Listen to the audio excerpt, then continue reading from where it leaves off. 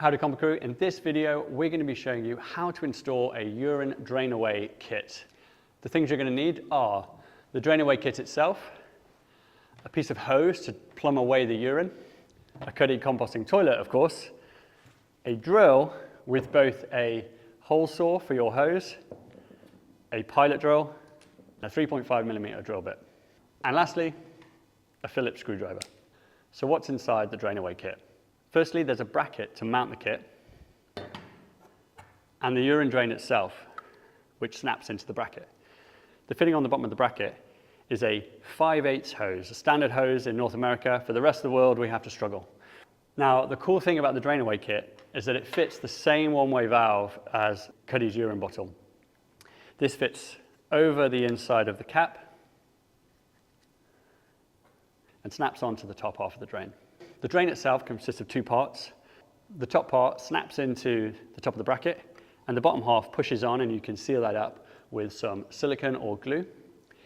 If you'd rather not use a hose, the top half of the drain actually fits a Schedule 40 pipe fitting. So you can actually use standard plumbing fittings if you so prefer to do so, if you're in, say, a tiny house. But if you're in a van and you want the ease, you can just use a flexible hose because it's nice and easy. Also inside the kit, there's an envelope containing some small screws and bolts and a Jubilee clip to secure the hose to the lower bracket. So to get started, you're going to want to secure your Cuddy in place because you're not going to want to remove the hose and open it up. There's a video on how to secure your Cuddy in place. In short, there's 4 eyelets in the floor to secure Cuddy down with 4 screws. So inside, we've already taken out the solids bin, the fan, and the bottle for convenience. So you want to start by doing that, and then we'll get straight to it. So here we are inside Cuddy. This is where the carbon filter normally goes, the solids bin, and the urine bottle.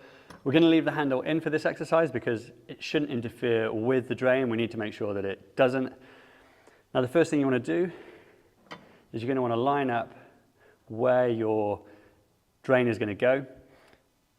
There's 2 holes just at the front here that will go into the plastic, and 2 holes at the back where we're going to put 2 little bolts to secure it to the central rib.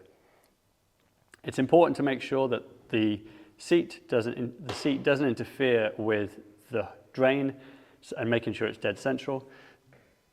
So we're going to quickly assemble the top half, and this snaps in with a bit of force, and then we're going to just pop on the top ring to make sure that everything is clear before installing.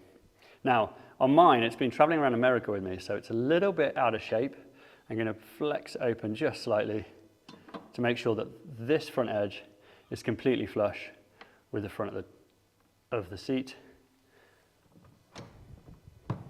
and everything sits nice and comfortably. So we're going to start by marking the holes where our 2 screws are going to be. And we're going to start with just 2 very shallow pilot holes to help get the screw started.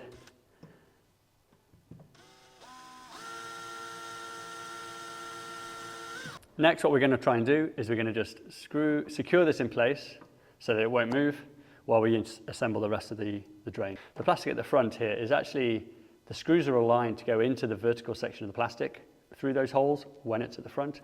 So don't drill too deep because it's hard to get a drill vertical. But it won't be a problem to put the screws all the way in. Screw those into the holes we've just got started.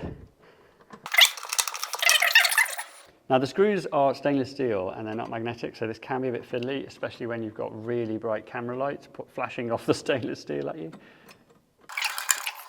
If you have a small child to exploit at this time, it's highly advised to use them.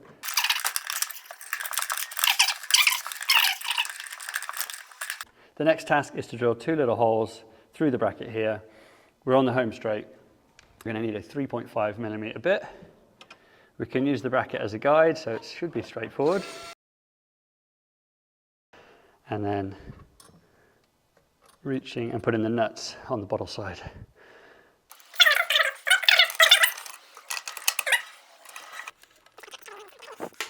Next, I'm going to reinsert my valve just because I didn't put it in when I was checking the seat. So what you can do is you can put a bead of silicone just around the inside of here to help seal it up and hold it. And then that will help secure it onto the drain. It can drain left or right of the central agitator shaft. And then snap on the valve and you're ready. The last stage is going to be to drill a hole in the base through to wherever you are draining the liquid to. And then you're going to use your hose, Jubilee clip over. So it's good to just tighten that up to make it kind of snug so you don't have to struggle once it's on the adapter. And then you slide it over and just tighten that up. Nice and easy. And you can then drill a hole in the base, make sure your drill is going the right way.